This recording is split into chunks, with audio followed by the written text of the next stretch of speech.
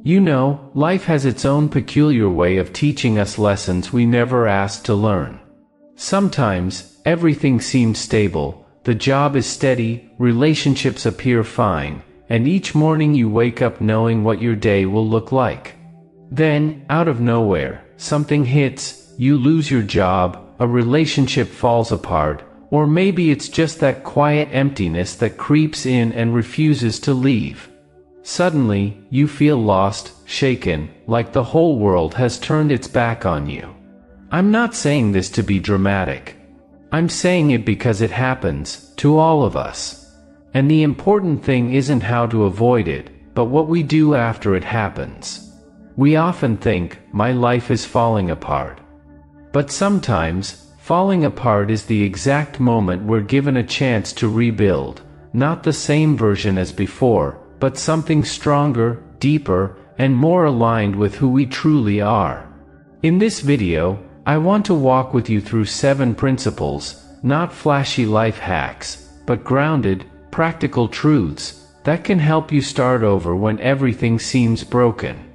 And just maybe, like Warren Buffett once said, a great life doesn't begin when you have everything, it begins when you figure out how to move forward, even after losing almost everything. 1. Accepting reality, the first step to rebuilding. When life falls apart, our natural instinct is to resist it. We resist the emotions, the circumstances, and sometimes, we resist ourselves. But if there's one foundational principle in every journey of recovery, it's this: learn to accept reality for what it truly is. I remember an old friend, Min, who used to be a marketing director at a major corporation. His income was stable, life seemed smooth, and from the outside, he looked like a textbook success story. Then came the restructuring. His department was downsized.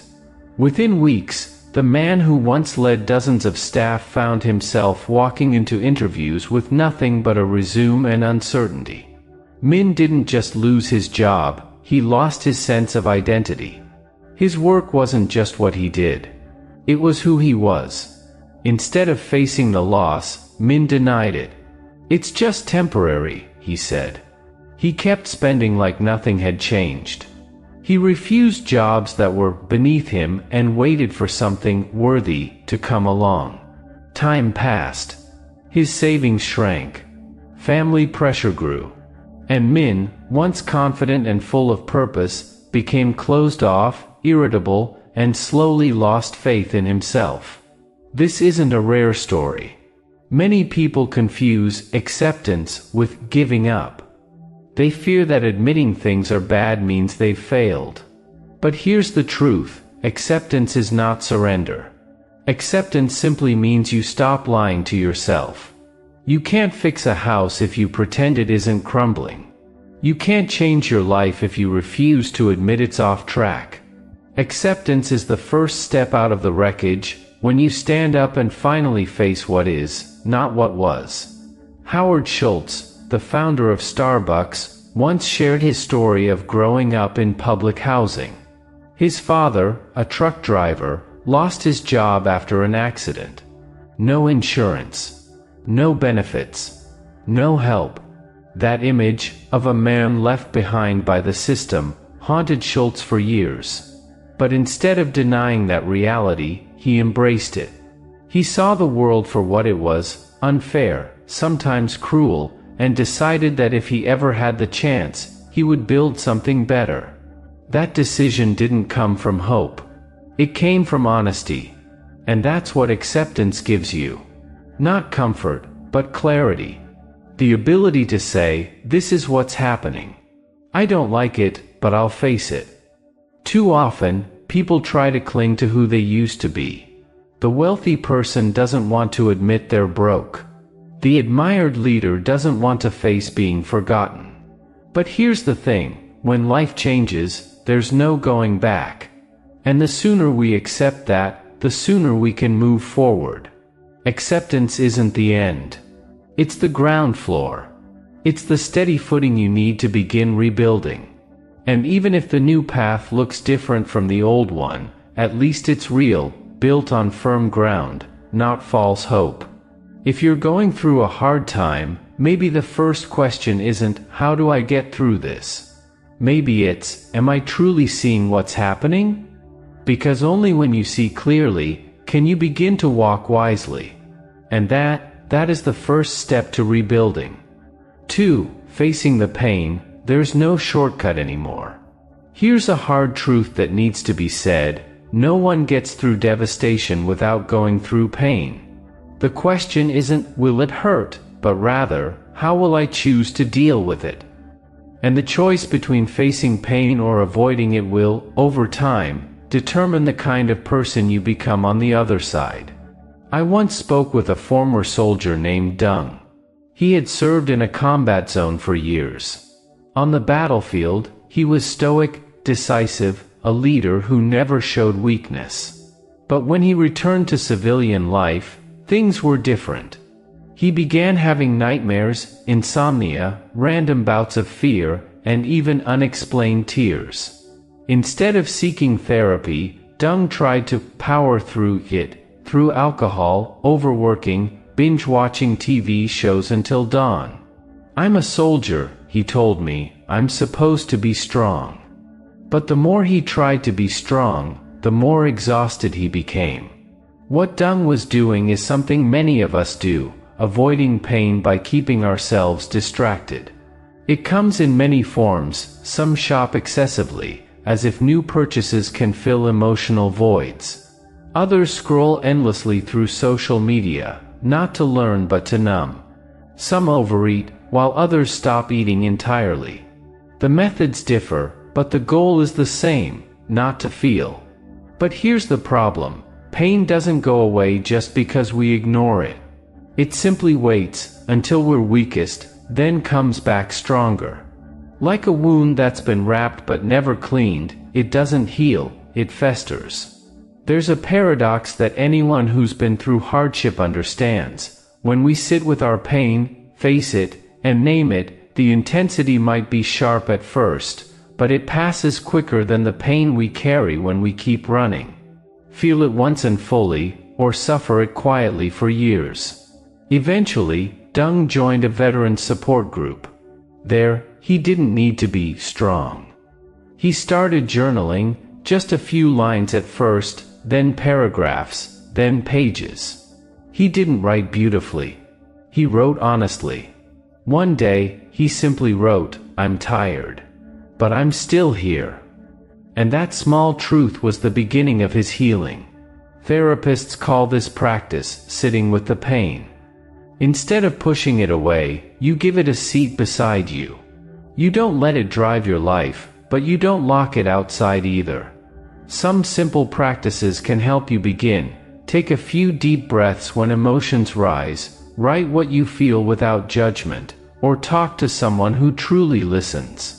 One of the biggest mistakes people make is thinking that getting through it alone means suffering in silence. But no, getting through it is an active process. It's not about waiting for it to pass, it's about choosing to face it and move through it. No one walks out of darkness just by waiting. You have to search for light, step by step, even if your hands are trembling. The good news is this: pain, when acknowledged, becomes more bearable.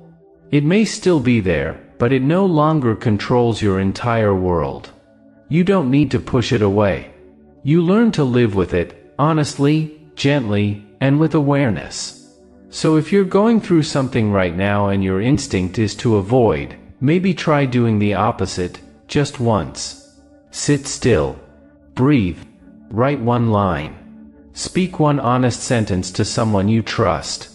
Not because it will make the pain vanish, but because it's the first real step toward healing. The road won't be easy. There's no shortcut. But the path, if you choose to walk it, can lead you to a stronger, truer, and more peaceful version of yourself. 3. Emotional mastery. Pause before you react. One of the biggest challenges when your life falls apart isn't what's happening on the outside, it's the storm on the inside. Emotions. Many people don't break down because the event was too devastating. but because they didn't know how to handle what they felt. The difference between someone who falls and someone who grows often lies in a single moment, the moment they choose to pause rather than react. I remember one unforgettable moment the whole world witnessed: Will Smith at the Oscars. In a split second, after hearing a joke about his wife, Will walked onto the stage and slapped Chris Rock in front of millions. That wasn't the act of a bad person, it was the act of someone being led by emotion. And the price? Damaged reputation, shaken career, and years of a positive image cast into doubt. All of it stemmed from one thing: the absence of a pause. Humans don't react directly from emotion. Between emotion and action, there's always a tiny gap: thought. Emotion arises, thought kicks in, then action follows. The problem is that many of us move through those three stages so fast, we think they're one. We get a message that makes us mad, and we immediately fire off a harsh reply. We feel insulted, so we lash out. We feel down and rush into food, shopping, or silence. These reactions aren't because we lack intelligence, but because we didn't give ourselves time to think. That's why the idea of the golden pause is so important. It's that brief, precious moment between feeling and doing, a moment to step back and notice what's happening. Just a 3-second pause to breathe and ask yourself, what am I feeling? What am I about to do? Where is that likely to take me? That pause may be small, but used wisely, it can change the entire outcome. There's a simple technique I often recommend: name, feel, root.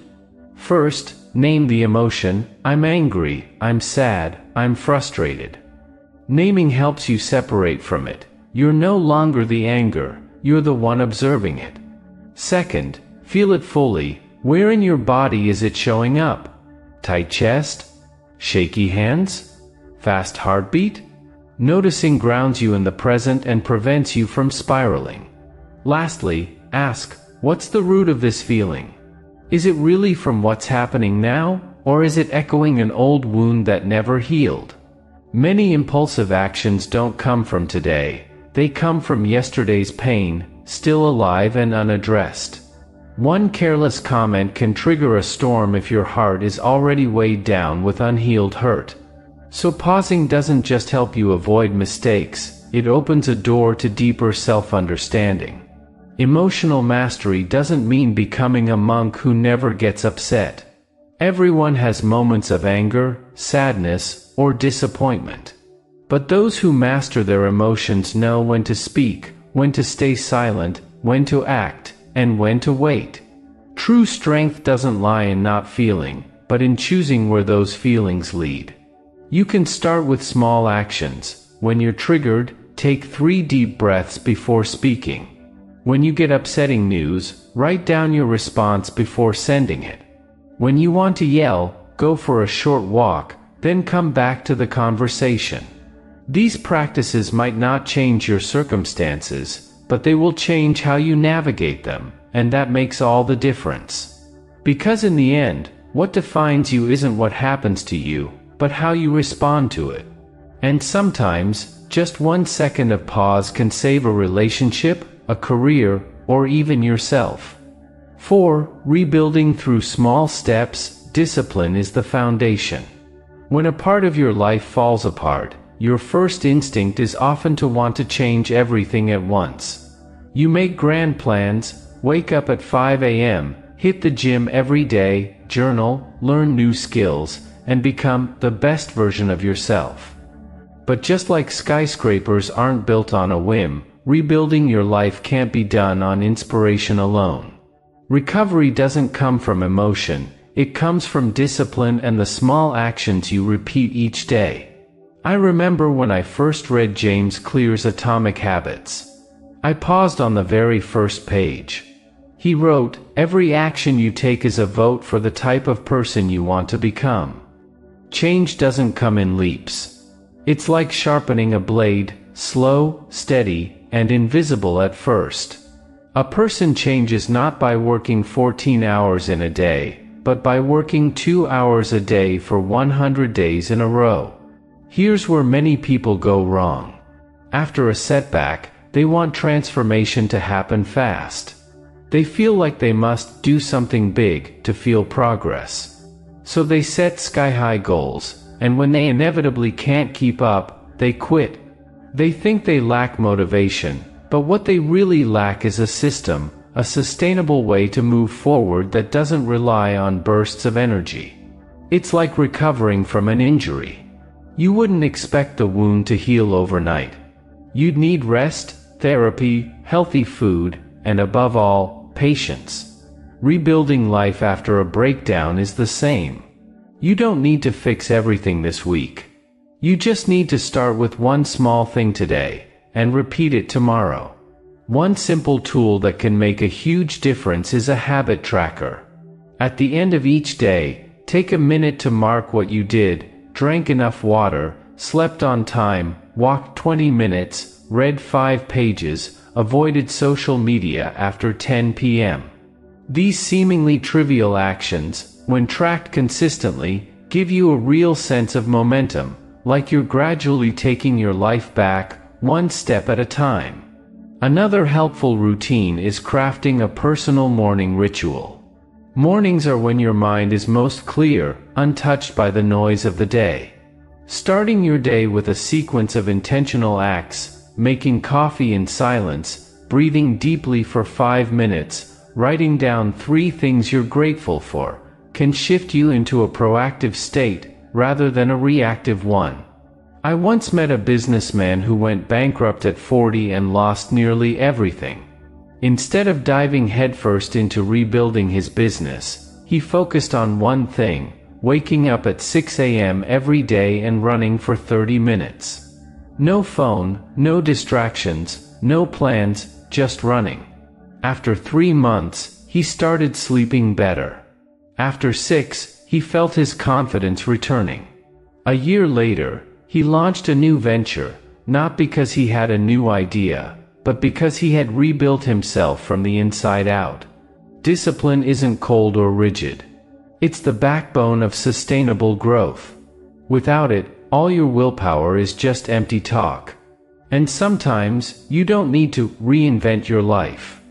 You just need to wake up 30 minutes earlier, go to bed an hour sooner, and be a little more honest with yourself. Small things, done consistently, create big change. So if you're looking for your path again, don't start with a massive overhaul. Start with one habit, something you can do today, repeat tomorrow, and continue next week. No one else needs to see it. You just need to know you're headed in the right direction. And often, that alone is the first step toward rebuilding your entire life. 5. Untangling relationships, learning to forgive and reconnect. Some of the deepest pain we experience in life doesn't come from financial hardship or career failure, it comes from our relationships. The wounds left by family, lovers, or close friends often cut deeper and heal slower than anything else. And sadly, when these wounds occur, many people don't move toward healing, they withdraw. I once met a woman named Lon, in her early 40s, who had gone through a nearly 2-decade-long marriage. Her husband didn't cheat or abuse her, but he was cold and emotionally distant. After the divorce, Lon cut ties not just with him but also with several close friends, because they knew what was going on but said nothing. She shut herself off, declined gatherings, lost her trust in others, and kept her distance. "I just don't want to be hurt again," she told me. Her story isn't unique.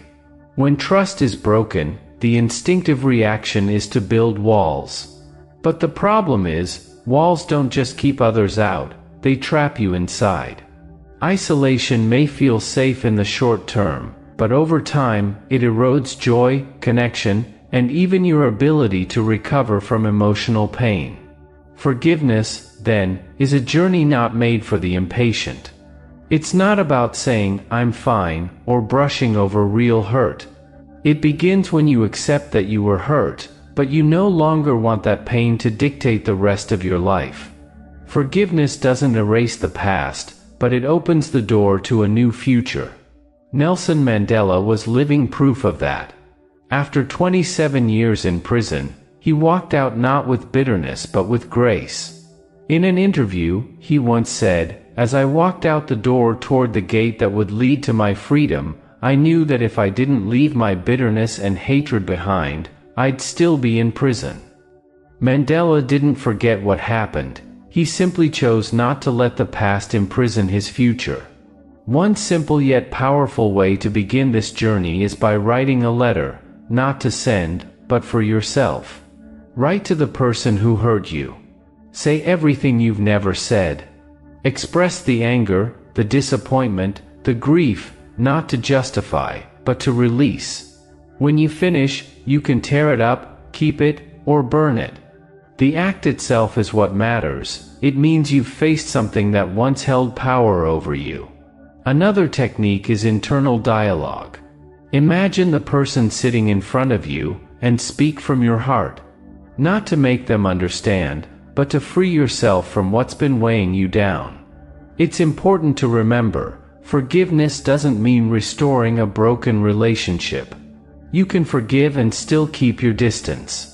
Forgiveness is about lightening your own heart, not erasing someone else's mistakes. And it doesn't make you weak. On the contrary, it requires tremendous inner strength.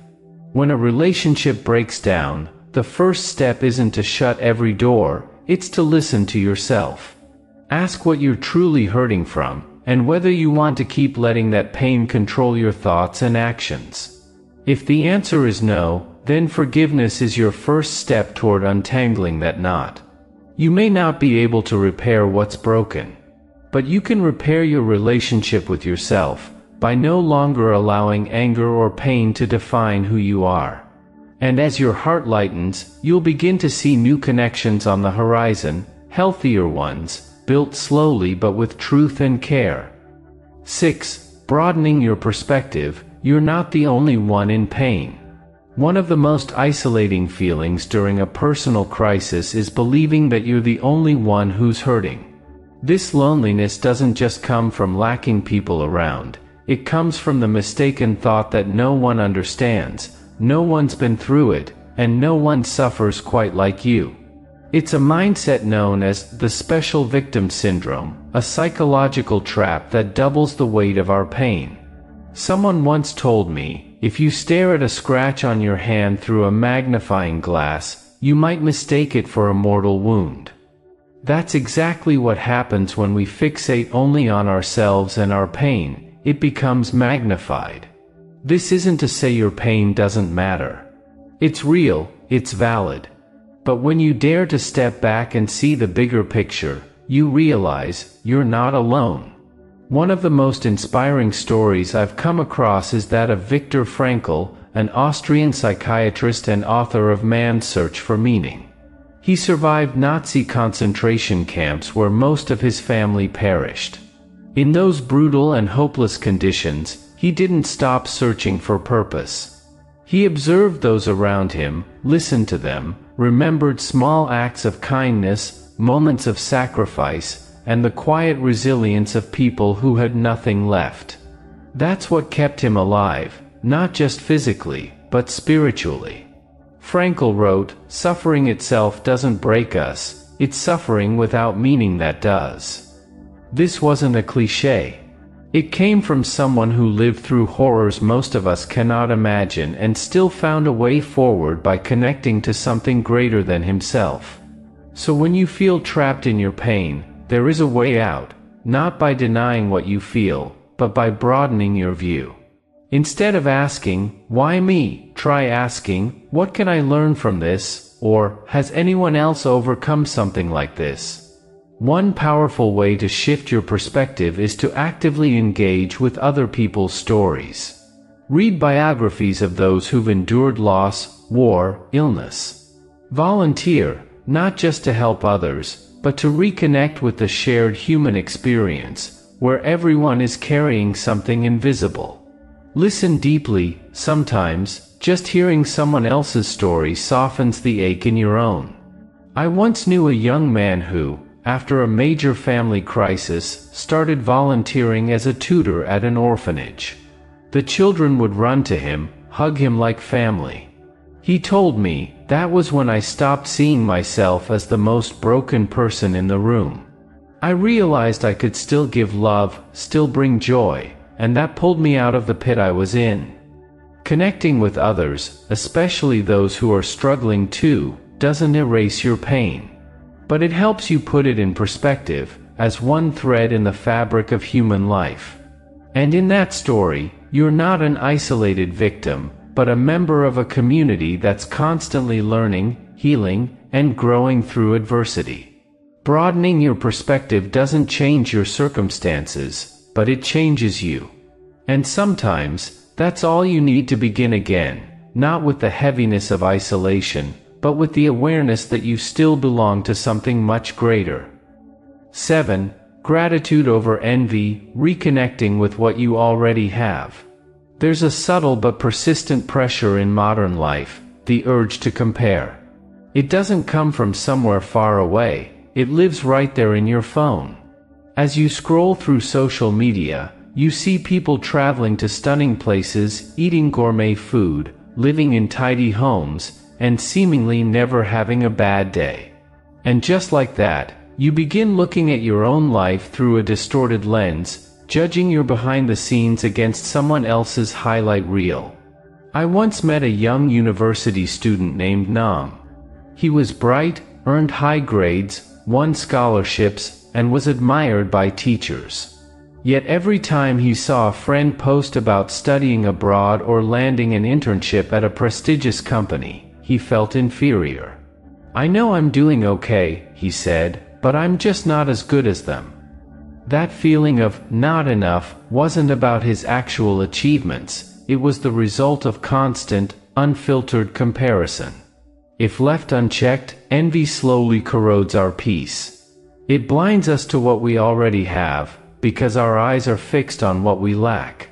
Worse, it turns someone else's joy into our sadness. But there's an antidote, simple yet powerful: gratitude. Gratitude isn't something grand or spiritual. It's the act of pausing to notice what's present in your life. A simple meal that fills you up. A friend who listens. A sunny morning.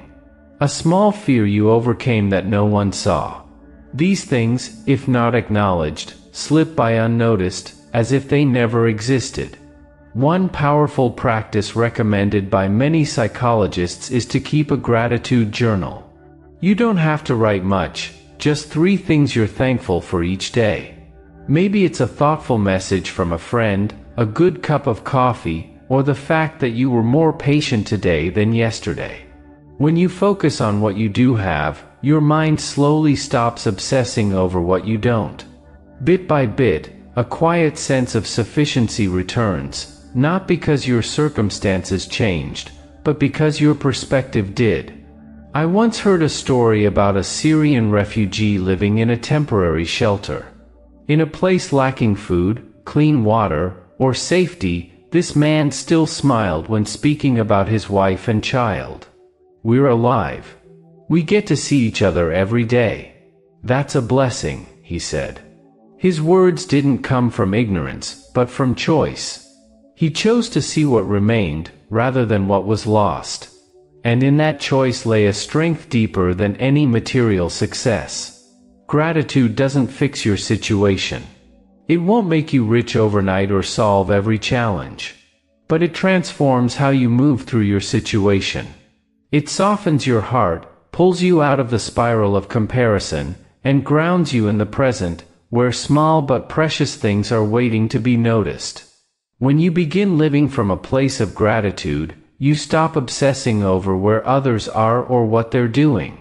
You know where you are, and that's enough. Enough to keep going. Enough to find peace. Enough to stop trading your calm for the illusion of competition. In a world that constantly tells you you're missing something, gratitude is your way of saying, "I already have something." And sometimes, that's the beginning of everything. We've just explored 7 principles to help rebuild a life after it's fallen apart, not through dramatic leaps, but through clarity, discipline, and honesty with ourselves. Maybe you won't apply everything right away, but if even one idea today made you pause and reflect, then your journey has already begun. Life is full of uncertainty. But in the midst of everything we can't control, there's always something we can choose: how we respond, how we move forward, and how we treat ourselves. If this video offered you even a small bit of value, we'd deeply appreciate it if you considered subscribing or simply sharing it with someone who might need it. Not to spread anything grand, but just as a quiet reminder that every challenge, if looked at closely, is also an invitation to grow a little stronger. Thank you for staying with us until the very end. We hope to see you in the next video, where we'll keep learning how to live a little slower, a little deeper, and a little steadier.